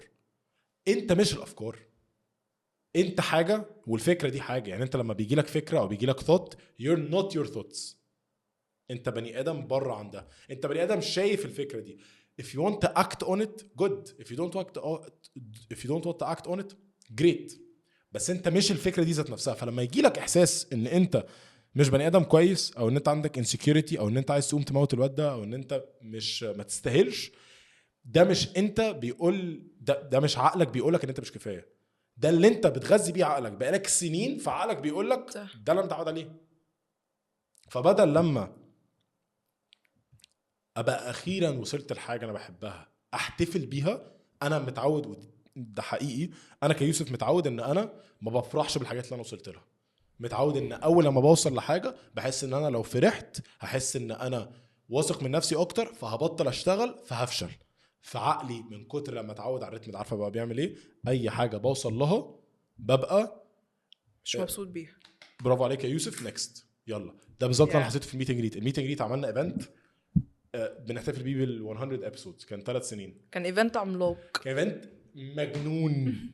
انا ما صدقتش نفسي اقسم بالله، كان مرعب. والشباب كلهم جم، كان معانا قول اميم، وكان معانا ريد بول، وكان معانا ذا مايند سبيس. ات واز اميزنج. وانا في الميتنج كناش عارفين نتحرك، يعني ما كنتش عارف اتحرك بين الكراسي. والله بس هي ات واز انريل. الصور دي كلها، كل الصور اللي وراكم كل دي صور الميتنج ريت. يعني مثلا في لا يقل عن مثلا 250 واحد showed up throughout the entire day. It was stupid. يعني throughout الميتنج ريت كله انا حاسس ان يا دين امي انا ازاي السنه الجايه هعمل ميتنج ريت اكبر. اقسم بالله بالله، لدرجه ان الموضوع سبان اللي هو في كده لحظه في النص حسيت له يا عم يلعن ابو التفكير ده. يعني انا حياتي كلها بفكر بالطريقه دي، درجه ان انا بقالي شهور بسعى لحاجه، وبقالي 3 سنين بعمل البودكاست، وادينا اهو بنحتفل بيه ومبسوطين، واهلي موجودين وانتم موجودين واصحابنا موجودين والناس كلها موجوده. انا مش عارف اتبسط، مش عارف، عشان انا عودت عقلي على ان يا يوسف انت لما بتنجح ما تحتفلش، اشتغل اكتر. خلصت الميتنج ريت ورجعت الساعه 2:30 بالليل ولا 3 بالليل وبدات اعمل فيديوهات تاني. فاهمه؟ بس it has nothing to do with ان انا محتاج الفيديو ده لازم ينزل، لا. انا بس غذيت عقلي كده لمده سنين. فده الاكل الوحيد اللي عقلي عارفه. ف you are not your thoughts. صح. فده معناه ان when you have insecure thoughts you're not your thoughts. When you have good thoughts you're not your thoughts. You are the person who acts on them. انت الشخص اللي فعلا بياخد فعل تجاه الحاجات اللي هو حاسس بيها او بيفكر فيها. صعبة قوي كده صعب قوي ومحتاج awareness مرعب. بس اللحظه اللي الديسكونكت ده بيحصل ده هيعرفك ان حتى وانت متضايقه انت ممكن تختاري انت تبقيش متضايقه. ليه؟ عشان اجان انت عند الاكستريمز. طبعا لو حصل حاجه اكستريم هتتضايق غصب عنك عشان بيبقى فيه كيميكلز معينه بتطلع في دماغك. بس you get to choose. بس احنا عايشين الحياه من غير اي قرارات. انا بكره الاحساس ده. احساس ان I'm not in control is shit. لا يا مان انت you are in control. هي بس الفكره انت قادر تبقى عارف ان انت you're in control ولا لا. عشان awareness is half of the battle. ان انت بس تبقى هارش ان انت عندك الفرصه ان انت تتحكم فيها. ودي احلى حاجه في الدنيا. I find this so interesting. عشان هقولك على حاجه. انا اكتر حاجه بحبها في العالم ان انا لما خيش ان انا الوم نفسي. عارفه ليه؟ عشان انا بحط العبء عليا انا. فانا ببقى عارف ان انا زي ما انا خيشت عادي جدا ممكن انجح. عشان العبء عليا انا. بس انت بتتغش مع نفسك برضه ساعات. لا انا بتغش مع نفسي. بس خلي بالك احنا برضو انا دايما بحب إن لما حاجه حلوه تحصل I want the credit. انا اللي عملت كذا برافو عليا برافو على دين امي. فاهم قصدي؟ والله بجد. بس استلفتو بس لما بعمل حاجه وحشه I don't want to take responsibility. ليه؟ ما باش ما انت نفس الشخص. فاهمك. I remember. انا اسف. هو انت اتعصبت ليه لما حد كسر عليك؟ هو انت اتعصبت ليه؟ انت اتعصبتش عشان هو كسر عليك. هو اصلا ما يعرفش انت عايش ولا لا. هو ما يعرفش انت مين اصلا. هو كسر عليك عشان عادي. هو يا عم حمار ما بيعرفش يسوق. كسر عليك غصب عنه. انت دلوقتي اخترت ان انت يومك يتقدر كله عشان هو كسر عليك. عشان انا عملت كده. بقول لك احكي قصه. I've never ever in my entire life عمري في حياتي حكيت القصه دي. بس القصه دي يعني دي كانت بدايه نهايه الشخص اللي انا كنته. فاهم قصدي؟ اوكي let me set the scene. كنت في المعادي انا وناس صحابي. كان معايا جرحي. وجرحي ما يعرفش القصه دي بس او يعني جرحي عارفها عشان عاشها معايا بس ما اعرفش انا قلت لاي حد. كنا في المعادي وكنا قاعدين في مكان والدنيا كانت لذيذه وبتاع. بعد كده حصل حاجه اتقفلت موت وكزيت وقررت ان بقول لك ايه خلاص انا عايز اقوم ومش عايز افضل قاعد. المهم قمت ركبت العربيه انا وجرحي هوصله البيت. ماشي بالعربيه حد راكب اوبر كسر عليا في المعادي ضيقه قوي. فهو لما كسرش عليا مثلا من الحاره عادي كسر عليا من الحاره اللي جنبي يعني بيركن بينزل ناس. المهم كسر عليا. فانا in my mind انا كنت الايجو بتاعي كان انفليتد قوي وكنت متنرفز قوي عشان كان حصل حاجه قبليها. فاول لما كسر عليا اللي هو انت بتكسر عليا هنا ده انا هطلع يعني هموتك. فرحت معدي جنبه من الشباك ورحت فاتح الشباك ورحت شتم. بس شتمته فيما وسخه يعني. شتمته اللي هو بوم اديت واحد من دول. يا نهار ابيض. جرحي ليتلي بص لي قال لي بتعمل ايه؟ مش مستاهل خالص يعني عادي. هو ما كسرش عليك هو عادي بيركن. المهم شتمته ورحت ماشي. خدت يمين لقيت عربيه بتاخد يمين ورايا. خدت شمال لقيت عربيه بتاخد شمال ورايا. والله لا مش هيسيبك في حالك. اقسم بالله لفيت صينيه كامله ورحت داخل يمين لقيته لف صينيه كامله وراح داخل يمين معايا. وصلت تحت البيت عند جرحي. ركنت العربيه لقيته راح جايب العربيه من ورايا وراح لف وركنها. يا نهار ابيض. انا بقى متنرفز وانا ايه انا عندي بقى الحته اللي هو فايت اور فلايت ده انا هموتها يا جدعان. جرحي قاعد جنبي وجرحي مش ملاحظ ان العربيه ماشيه ورانا بس انا ملاحظ. فاول لما ركن قدامي لقيته راح نازل من العربيه. فاللي هو انا مش هنزل من العربيه. هنزل طبعا تعبيط انت تنزل من العربيه انت بقى ده انا هموتك. رحت نازل من العربيه لقيته بيزعق لي رحت مزعق له. جرحي طبعا مش فاهم اي حاجه. متخيله جرحي قوي. وجرحي مش في الكلام ده. جرحي فريش موت جرحي نازل من العربيه معايا طبعا عشان مش هيسيبني واقف لوحدي في الشارع. قربت عليه وهو قرب عليا. bear in mind ان انا شخص هادي جدا كده لما بسخن بس انا في المطلق هادي جدا. عمري في حياتي ما شتمت حد واللي هو ما كنتش عارف ان انا غلطان. وعمري في حياتي ما سمحت لنفسي ان انا اوصل لمرحله ان انا اعمل كده في حد. فانا نازل من العربيه وانا متنرفز والايجو بتاعي انفليتد والايجو بتاعي في السما وانا عارف ان انا غلطان، انا اللي شاتمه كمان. نزلت من العربيه ولقيته بيقرب عليا فرحت مقرب عليه ولقيته بيعلي صوته رحت معلي صوتي. بعد كده راح شتمني بامي. انا كل ده ان ذا باك اوف ماي مايند انا هعمل ايه؟ انا هنزل من العربيه هوريه ان انا راجل فشخ وهعلي صوتي وهعمل اللقطتين دول. بعد كده اخد بعضي وامشي عادي جدا. هرجع التجمع اصور بقى بودكاست اقعد اعمل اي حاجه اروح 7 فورشنز اعمل اي حاجه. خلاص ده اللي انا حاطه في دماغي. فراح شتمني بامي. هسكت؟ انا راجل انا مش ناوي ان انا اعمل اي حاجه. اول لما شتمني بامي رحت انا شاتمه بامه وانا واقف قدام. فرق بيني وما بينه اقل من فرق بيني وبينك. هو وانا وحياة امي مش واخد بالي راح ماسكني بالتيشيرت وراح ضربني 4 مرات في وشي. هو انت ازاي عمرك ما حكيت لي القصه دي؟ عشان كنت عايز احكيها عشان كانت بالنسبه لي قصه مؤلمه عشان انا كنت بني ادم غبي ان انا حطيت نفسي في ده كان امتى ده؟ هفهمك. اللي حصل كان ان هو مسكني بالتيشيرت وراح ضربني في وشي. اول بوكس اخدته في وشي اقسم بالله والله العظيم هنكت. حسيت له ايه؟ اول حاجه حسيت بيها يا ديني انت بتتخانق في الشارع. اقسم بالله احنا وصلنا لكده. اول حاجه حسيت بيها. ولا كان بقى فرقه معايا ان انا خدت في وشي ولا مش فارق معايا اي حاجه. هو اداني اول واحد بوم. اول حاجه جت في دماغي يوسف انت بتتخانق في الشارع. اداني تاني واحده بوم. تاني حاجه جت في دماغي تستاهل. عارف ليه؟ عشان انت شاتم واحد ملوش اي دعوه.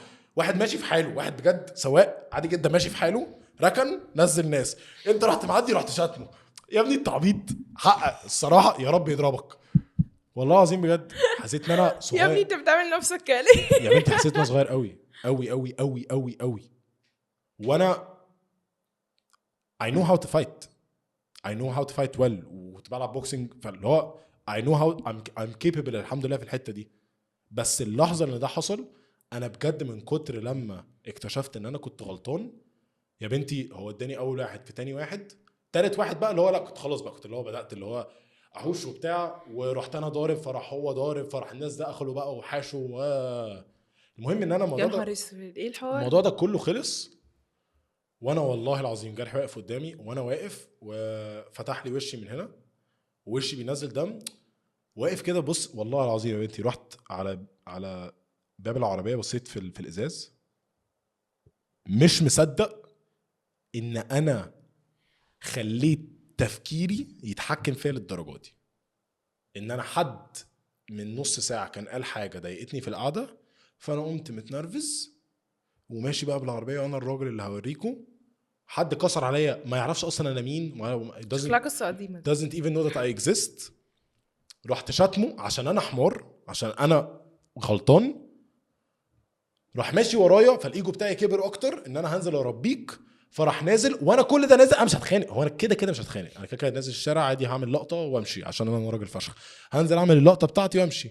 غريبا ان ده حصل في المعادي. غريبا ده حصل. لا يعني غريبا ان انا تتخيل ان انا يطلع مني والله بالظبط اضرب عيش فينو. والله بجد الموضوع كان مرعب بالنسبه لي. المعادي ولا ايه؟ المعادي اوه سوري مين المعادي خط بينك لو سمحت ما تقبريش. بس فاهم قصدي فاهم. الموضوع باظ مني موت. دي كانت اللحظه اللي انا اكتشفت ان بص يا مان بصراحه تستاهل ان وشك يتفتح. تستاهل ان انت تبقى في الشارع وحد يقل ادبه عليك ويضربك وانت تبقى عارف ان انت ممكن تضرب ما تعملش اي حاجه. بالعكس انت تتضرب اكتر. وكل ده بقى انا كل ده كوم وده فاكت ان انا حطيت جرحي في الموقف ده معايا كوم تاني. اكيد جرحي كان في الموضوع اللي هو جرحي في الموضوع اللي هو يلعن اليوم اللي عرفتك فيه يا يوسف. هو انت مين؟ اقسم بالله انا اصلا اتخضيت من نفسي فشخ. يعني اسالي جرحي بعد كده هتلاقيه هيقولك ان انا كنت اكتر واحد مخضوض من نفسي. يعني ما اتضايقتش ان انا وشي اتفتح ما كانش فارقه معايا. انا كان اللي فارق معايا ان انا ازاي احط نفسي في موقف عامل كده. ممكن اقول لك على حاجه عارف لو انا كنت ماشي وهو اللي سبلي الدين اقول له يا عم ماشي هنزل انا وما عنديش مشكله انزل اضربك واتضرب مش مشكله. بس انا اللي ماشي الا لو معاك بنت. الا لو معايا بنت عشان دي قصه ثانيه. عشان لو انت المفروض ان انت معاك بنت مش المفروض خالص ان انت تعمل كده. يعني لو انت معاك بنت what you really need to do is ask her what she wants you to do. That's what I believe is right. Me too. المهم ان انا بحكي القصه دي كلها المأساة دي عشان الايجو بتاعك هيجت انفليتد، بس انت هتقدر تتحكم في الانفليشن ده. وقد اند اوف ذا داي مفيش حد بيكسب خناقه. صح. وكنت حكيت لك الموضوع ده. ايوه انا لسه كنا بنتكلم في الموضوع ده. ضربت مفيش حد بيكسب خناقه. فانا سمحت لنفسي وسمحت لتفكيري ان هو يوصل بيا للقاع، للصفيحه. فساعتها بقى اتكلكت اللي هو ايه، كول نيفر اجين الايموشنال ريسبونس بتاعي اللي هي قالته ولا اللي هو قاله اللي نرفزني فشخ وانا قاعد وخلاني احس ان انا لا انا المفروض اتضايق، ده عليا انا. هما قالوا حاجه ضايقتني، انا اللي عملت كده في نفسي، مش اللي هم قالوه. فاهمه؟ مش اللي هم قالوه، هم ضايقوني عادي. كنت ممكن اروح اقول لهم يا شباب على فكره اللي حصل ده مش تمام وانا مش موافق ان ده يحصل تاني، ولو ده حصل تاني احنا هيبقى في ما بيننا مشاكل عادي جدا. بس انا عملتش كده. انا عملت ايه؟ انا قايم وبره عنكم كلكم. قموصه موت والله بجد. انا قايم وقمت وجزيت وعملت لقطه وما اعرفش ايه وبتاع. تحب انت اللقطات دي؟ ممكن اقول لهم على موضوع ايه ايه ده؟ انا وميريام استنى بس قبل ما تحكي عشان احنا في قصص كتير قوي ما ينفعش تحكي هنا. فاكره لما كنا مش تمام؟ انا في لقطه كده لا ممكن احكي انا انا بحب اللقطه دي قوي. انا وميريام ما كناش تمام مره واحده بس في حياتنا، والمره دي انا كانت مره ب10 مرات. انا المره دي كنت هودي معاها على طول. كنت انا نزلت معاه اولا، قال لي تعالي ننزل نتكلم في اوبليفيس، مكان غريب جدا. كنا في ووتر ان احنا نتخانق فيه. عمرنا ما رحنا ووتر 2. ليه بجد ما نتكلم في العربيه زي الناس المحترمه. هو ده كان عايز تقريبا الناس تتفرج علينا. وكان عندي بودكاست بعديها على طول. كان اكشن عندي بودكاست مع خالد محفوظ مع لودز. وقال لي انا عندي بودكاست فاحنا قدامنا ساعه نتكلم فيها. يخرب بيت قله الادب يعني. طب ما الموضوع كبير. لا وكنت مسافر بعديها. كنت مسافر بعديها ب3 ايام. مسافر بقى اسبانيا هقعد 15 يوم. فنزل طلب اكل ليا ولي، وانا اصلا مش عايزه اكل. انا نفسي مسدوده. انا مش يعني انا قرفانه اصلا اكل ايه وبتاع ايه. وهو عمال ياكل وبيتكلم وكلام بقى اللي هو ايه يعني من اللي يخش في القلب يعمل كده جوه. بص انا ثانيه واحده، انا حنين جدا لحد مرحله معينه ببقى وحش، ببقى سيء يعني. بيبقى عندي كده يعني وانا في المطلق اللي هو قشطه عادي بهزر وبتاع. لما ببقى جد ما بهزرش خالص، سبيشلي لما ببقى اللي هو قافش من حد. لما بتبقى اللي هو ببقى جودد واللي هو you would know في ساعتها. وبعدين هو زنقني وسألني سؤال انا ما كنتش عامله حسابه، فجاوبت على الاجابه. سؤال جاحد. جاوبت الاجابه اللي هو يعني عادي يعني ما جاش في دماغي ان دي هيبقى ليها كونسيكونسز كبيره قوي. فجاوبت. اول ما جاوبت والله العظيم كأن الوش ده حصل له سويتش. كان وش عادي فجأة وش الشيطان تقريبا. وش الشيطان. وش كان مرعب موت. وهو عمال يكر في الكلام والناس حوالينا، فانا مش عارفه ارد. فانا ابتديت اتوتر فمش عارفه ايه. وحرفيا كلت بيس واحده من الاكل كان قدامي. وفعلا ما لحقتش ان انا ابرر نفسي ولا ان انا اشرح اي حاجه. عشان انا عندي بودكاست. خدت زيرو سبيس يعني. هو قال اللي عنده اللي هو كلام بجد يعني يضايق قوي قوي قوي قوي. وراح عمل ايه بقى؟ دفع التشيك ليا وليه وراح ماشي. وانا عارفه ان سودان لما بيدفع التشيك. كنت دفعت تشيك. بصي انا في حياتي دفعت مرتين وقمت. مره مع حد قطعت معاه لحد النهارده، ومره معاه. هو حكي لي ان دي حاجه هو لما بيعملها انه خلاص جيم اوفر. فلان هو عمل كده معايا انا حسيت. فاكر ان انا حتى ما استنيتش يعني. هي اصلا كنت عارف ان انا طلبت تشيك. هي كانت في نص اللي انا بتكلم ورحت اللي هو شاورت واللي هو لو سمحت ممكن الحساب. فهو اول لما نزله هو صعب فشخ نزل لي التشيك مع فيزا. فراح عامل كده تك تك بوم ورحت قايم. بس هي اصلا بتتكلم رحت قايم. لا كان حاجه في منتهى عندي بودكاست سلام. وساعتها انا فاكره لما كلمت جرحي اشتكي له من الموضوع قلت له يا جرحي ده دفع التشيك يعني. سبت كل الكلام اللي هو قاله لي قلت له ده دفع التشيك يعني خلاص هي خلصت. قال لي فعلا يا ميريام هي خلصت. جرحي برضه مش سبورتيف خالص. بس الصراحه كل حد كان فاكر انه خلاص فعلا this is the end. الا انا مش عارفه ده انا كنت لولو ولا ايه. بس يعني بس بصراحه بصراحه ميريام I mentioned this برضه في episode 100. ميريام الشخص الوحيد اللي في حياتي اللي عرفني ان انا ممكن ابقى مش تمام خالص مع حد وبقرر ان انا اقطع معاه وارجع اكتشف ان لا الشخص ده من كتر ما هو مهم في حياتي انا مستحيل اعمل كده.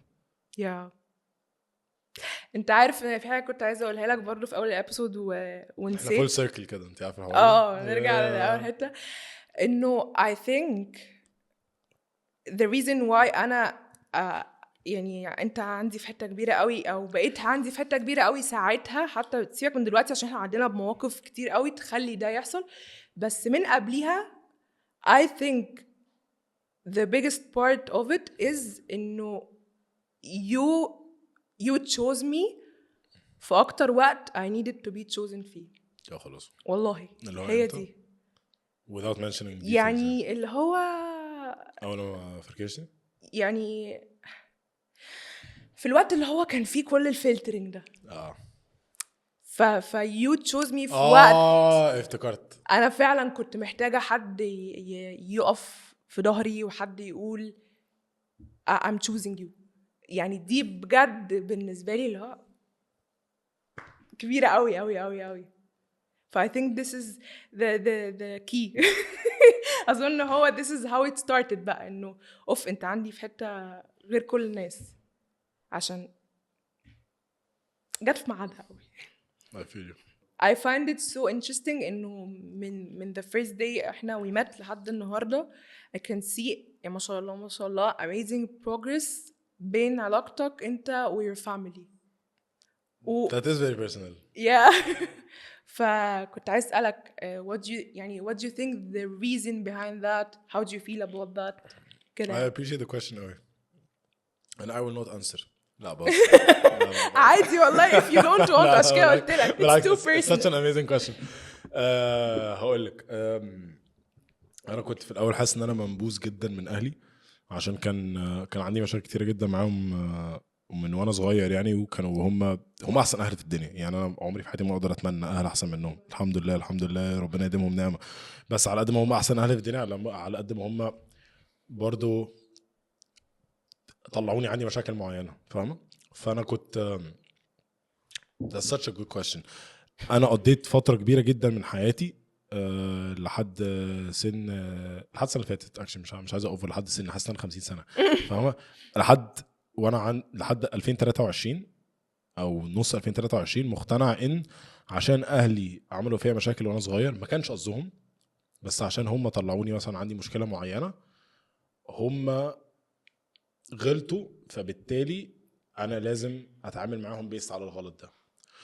اللي انا بعد كده اكتشفته وانا بتكلم مع امي في يوم قالت لي خلي بالك يا يوسف ان انا ما اعرفش ان انت عارف الموضوع ده ولا لا، بس انا خلفتك وانا عندي 23 سنه.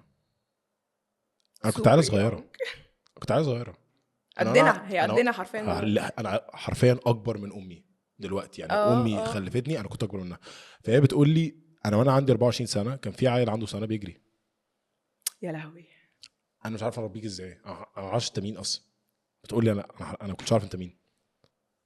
وانا النهارده بقى عندي 24 هتم 24 سنه، فانا عندي اقتناع ان اهلي دول يعني ربنا واهلي، فاهم؟ اللي هو اهلي يا لهوي اكتر ناس فاهميني. عيال صغيره بني ادمين، واحنا بننسى ان اهلنا بني ادمين. انا نسيت ان اهلي بني ادمين. انا كنت دايما مقتنع ان اهلي دول فاهمين كل حاجه، عارفين كل حاجه، الناس اللي انا بسند عليها، الناس اللي المفروض يعملوا لي كل حاجه. شفت لهم يا مان هم كانوا اوحش من ده هم كانوا مش ده. احنا الحمد لله ان احنا كبرنا على هوجة المنتل هيلث صح. هم didn't have يا حبيبتي انتي مكتئبه معلش اشغلي نفسك كلي نص فرخ. بالظبط يا حبيبتي انتي مكتئبه معلش روحي فاهمه.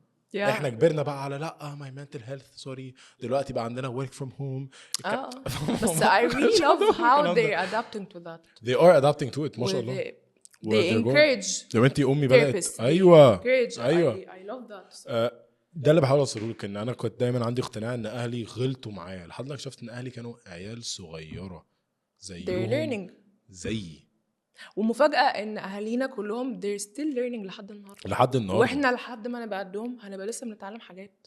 فهم انا كنت حاطط عليهم نوع من انواع البريشر المرعب ان انا مستني منكم كل حاجه في الدنيا، وفي نفس الوقت هم كانوا حاطين عليا بريشر رهيب. البريشر بتاعهم كان ان انا عشان انا الاخ الكبير وعشان انا برضو انا عيله امي كلها بنات، فانا الولد الكبير اللي في العيله، فانا عليا مسؤوليات معينه. فانا عادي ان انا مثلا قرايبي يخيشوا معايا او اخواتي يقلوا ادبهم عليا، بس انا ما ينفعش اعمل كده عشان انا الولد وانا اللي هحتوي قدام، ولو لا قدر الله حد من الرجاله توفى وانا اللي هشيل. يا ريت كل الاهالي تربي رجاله كده. بس يعني كانت دايما في الكومبلكس ده، فهم كانوا مستنين مني حاجه معينه انا كنتش واصل لها وما كنتش قادر اديها، فاهمه؟ وانا كنت مستني منهم حاجه معينه هم مش قادرين يوصلوا لها. فكان دايما في الدايلاما دي، كان دايما في النكش ده، لحد لما هم بدأوا يقتنعوا شويه بحاجه زي البودكاست مثلا which meant the fucking world to me. وانا بدأت اقتنع ان انتوا بني ادمين. فبالعكس الموضوع بقى تحول من كوني ان انا كنت دايما مش عايز اتكلم مع ابويا، مش عايز اتكلم مع امي، دايما جودد، دايما اللي هو تسالنيش انا كنت فين، انا مش عايز صغير ليه، اذا انا عايز اقول لك انا كنت فين، فاهم ليه؟ اللي هو الاوضه اللي جوه دي فيها مثلا كلها عباره عن صورك انتي وصور جرحي وصور مايكل وصور يسرا وصور امي وابويا. ليه؟ عشان اللي هو الموضوع بقى بالنسبه لي اللي هو اوكي ماشي، انتوا ما كنتش انتوا كنتش عارفين ان انا كيوسف جاي وجيت، وانتوا كنتوا خايفين عليا عشان كده ربيتوني بطريقه معينه، بس اكتشفتوا ان الطريقه المعينه اللي انتوا ربيتوا بيها دي طلع فيا عيوب الدنيا، فانتوا دلوقتي بتحاولوا تواسوني على العيوب دي، وانا بتقبل ان انتوا برضه كنتوا عيال صغيره، بس احنا اهلنا بني ادمين زينا زيهم، فاهمه؟ فكره بالنسبه لي ان هم اصلا شايفين العيوب دي وبيواسوك عليها، دي حاجه يعني I really respect it، عشان مش اهلي كتير خلاص بتعمل كده. في اهالي بالنسبه لها اللي هو لا انا مش غلطان في اي حاجه. بس I think بقى it's about realizing ان انت عارف ان انا الموضوع ده، يعني انا كان دايما عندي مشكله في الجواز، دلوقتي انا بيس، يعني حاسس ان انا لو لقيت البنت الكويسه فعلا ودي البنت اللي انا عايزها وهي عايزاني واحنا الاثنين compatible وكل اللي احنا اتكلمنا عليه بقى، I don't mind getting married. I really mind getting children. فاهمه. يعني عندي مشكله اتجوز، عندي مشكله كبيره ان انا اخلف، عشان انا ما اعرفش انا المفروض ابقى اب ازاي.